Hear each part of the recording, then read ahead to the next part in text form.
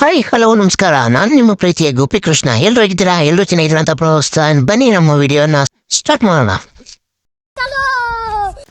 ಇವತ್ತಿನ ವಿಡಿಯೋದಲ್ಲಿ ಕರ್ಬೂಜಾಗೆ ಗೊಬ್ಬರ ಬಿಡ್ತಾವಲ್ಲ, ಲೆಟ್ಸ್ ಗೋ. ಗೊಬ್ಬರದ ಹೆಸರು ಬಂದ್ಬಿಟ್ಟು 160832 ಅಂತ ಹೇಳ್ಬಿಟ್ಟು, ಇದು ನೋಡಕ್ ಸಕ್ಕರೆ ಥರ ಇದೆ. ಅದು ಸಕ್ಕರೆ ಅಲ್ಲ, ಇನ್ನು ನೀರೆಲ್ಲ ಹಾಕಿ ಚೆನ್ನಾಗಿ ಕಳಿಸ್ಕೊಬಿಟ್ಟು ಮಿಷಿನಲ್ಲಿ ಹಾಕಿ ಬಿಡೋದಷ್ಟೇ.